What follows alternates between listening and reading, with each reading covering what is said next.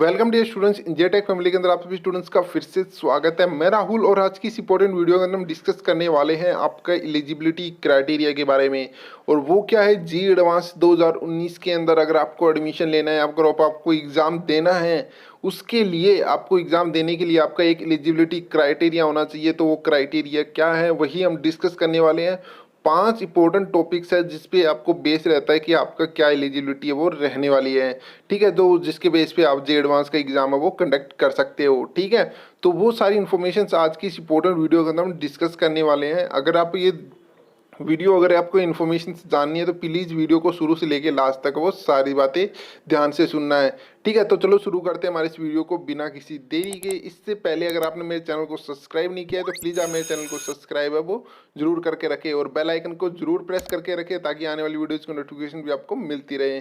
साथ में मैं आपको एक बात और बताना चाहूँगा, अगर कोई स्टूडेंट्स है जो जे एडवांस की प्रिपरेशन जो घर पे बैठ के कर रहा है, अगर वो अच्छी प्रिपरेशन चाहना चाहता है, मतलब कोर्सेज है उनको रीड करना चाहता है, जो अच्छे टीचर से अगर वो पढ़ना चाहता है तो वो कहाँ जा सकता है, अन अकेडमी पे जा सकता है। अन अकेडमी पे जाके वहाँ पे अन अकेडमी प्लस सब्सक्रिप्शन है वो ले सकता है। तो उसके लिए आपको वहाँ पे कुछ पे करना पड़ेगा सब्सक्रिप्शन पे के लिए। ठीक है, लेकिन वहाँ पे आपको क्या है कि अगर आप मेरा जो रेफरल कोड है वो यूज़ करते हैं तो आपको 10% एक्स्ट्रा डिस्काउंट है वहाँ पे मिल जाएगा। तो मेरा रेफरल कोड आपको यूज़ करना है आर सैनी 366/9595। ओके, 9595 ये अगर आप रेफरल कोड यूज करते हो तो आपको अन अकेडमी पर अगर सब्सक्रिप्शन प्लस लेंगे तो आपको 10% एक्स्ट्रा डिस्काउंट है वो मिल जाएगा। ठीक है, तो अभी हमारी वीडियो को देखते हैं, हम स्टार्ट करते हैं। सबसे पहले क्राइटेरिया आता है आपका कि आपकी जी मेन 2019 की परफॉर्मेंस देखी जाती है कि आपने जेई मेन 2019 के अंदर कितने मार्क्स लेके आए हैं और उसके बेस पे आपकी जो जेई मेंस के बेस पे आपकी जो कट ऑफ बनने वाली है उसी के बेस पे आप जे एडवांस का एग्जाम है वो दे सकते हो। तो उसके लिए आपको क्या करना पड़ेगा, क्वालिफाई करना पड़ेगा जेई मेन 2019 का पेपर। अभी जैसे एग्जाम हो चुके हैं हमारे, जनवरी वाले और अप्रैल वाले दोनों एग्जाम है वो हो चुके हैं और उनका रिजल्ट थोड़े दिनों में आ जाएगा और उनके बेस पे कट ऑफ निकलेगी जो जे एडवांस के लिए आपके लिए होगी। ठीक है, और वहाँ पे कट ऑफ निकलने के बाद ही हेड भी अवेलेबल आप हो जाएंगे to main JEE main score के बेस पे आपको किया जाएगा जे एडवांस के लिए क्वालिफाई। अगर आप क्वालिफाई करते हो तो आप जे एडवांस के अंदर चले जाएंगे। तो वहाँ पे अगर मैं डिस्कस करूँ लास्ट अगर ईयर की बात करें तो वहाँ पे 75 अगर आपके मार्क्स आते हैं तो आप जे एडवांस के लिए क्वालिफाई हो जाएंगे। और यहाँ पे मैं आपको बता दूँ फिर से कि कितने स्टूडेंट्स है, 2.50 लाख स्टूडेंट्स है जो एलिजिबल होंगे इस बार जे एडवांस के एग्ज़ाम के लिए। तो वहाँ पे देखा जाएगा भी कितने स्टूडेंट्स ने यहाँ पे अपने स्कोर है वो निकाले हैं और क्या पता हमारी जो कट ऑफ है उसमें भी कुछ इंक्रीमेंट हो जाए।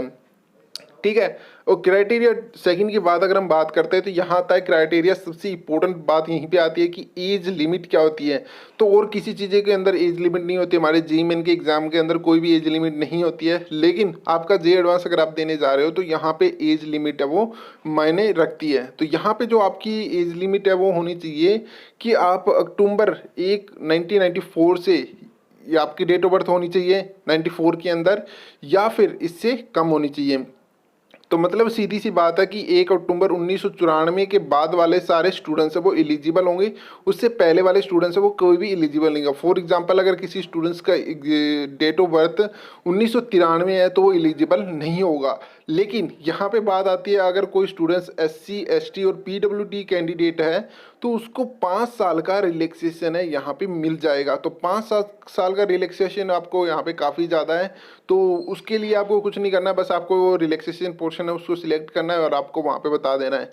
ठीक है, और बाकी जैसे भी इन्फॉर्मेशन होगी हम जब भी जैसे इसका फॉर्म फिल निकलेगा हम वहाँ पे आपको बता देंगे। ठीक है, अभी नेक्स्ट हम यहाँ पे बढ़ते हैं आपका क्राइटेरिया नंबर 3 के ऊपर।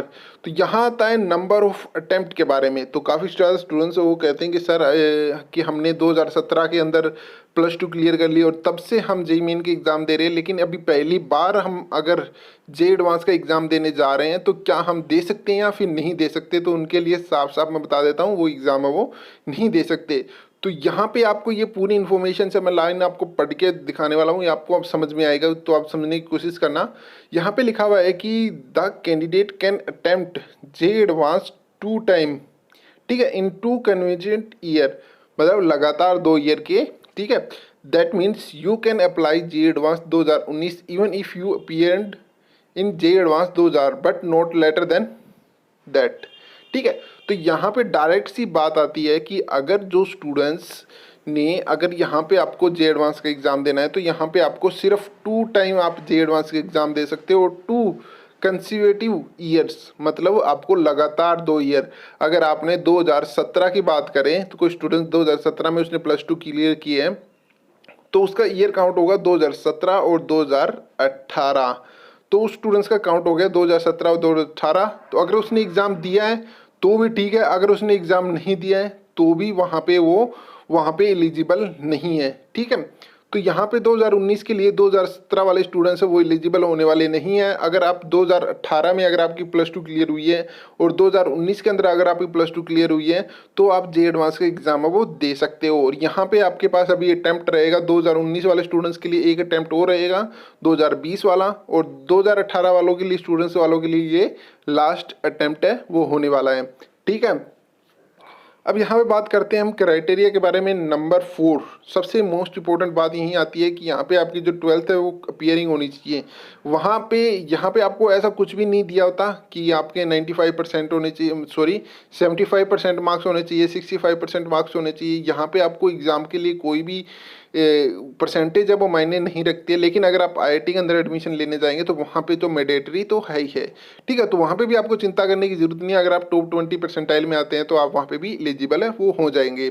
ठीक है, तो यहाँ पे क्या आती है, द कैंडिडेट हैव भी, अगर उसने +2 exam the first time in, अगर यहाँ पे लिखा हुआ है कि फर्स्ट टाइम में क्लियर होना चाहिए, आइदर 2018 2019 के अंदर आर एलिजिबल।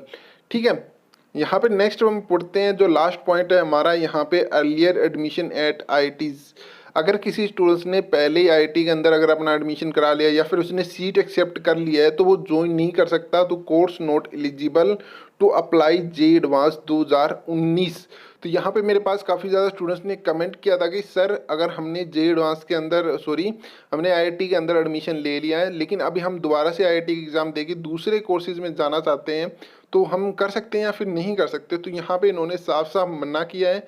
यहाँ पे लिखा हुआ है a candidate must not be enrolled with any IITs any course even candidate has, उसने अगर एक्सेप्ट किया कोई seat earlierly IITs or not join to course is not eligible to apply JEE Advance 2019। ठीक है, तो मतलब अगर किसी स्टूडेंट्स ने 2018 के अंदर आईआईटी क्लियर जे एडवांस का एग्ज़ाम क्लियर करके आईआईटी के अंदर अगर एडमिशन ले लिया है तो जे एडवांस का एग्ज़ाम है वो नहीं दे सकता, या फिर उसने सीट एक्सेप्ट कर ली थी तो भी वो यहाँ पे एग्ज़ाम है वो नहीं दे सकता है। ठीक है, तो ये थी हमारी सारी इन्फॉर्मेशन। अगर आपको इसके अलावा और कोई भी डाउट है तो आप मुझे कमेंट बॉक्स में कमेंट कर सकते हो। आने वाली वीडियोज़ के अंदर उन कमेंट्स को एक हम जरूर डिस्कस करने वाले हैं। और अगर आप चाहते हो कि जे एडवांस के बारे में और कोई इन्फॉर्मेशन आपको प्रोवाइड कराऊँ तो कमेंट बॉक्स में बताइए कि हम आपके साथ और कौन कौन सी इन्फॉर्मेशन है जो शेयर करनी है आपके लिए ज़रूरी है। तो प्लीज़ आप मुझे कमेंट बॉक्स में कमेंट कीजिए, हम जरूर उनको डिस्कस करने वाले हैं। तो thank you, keep learning and keep watching my channel.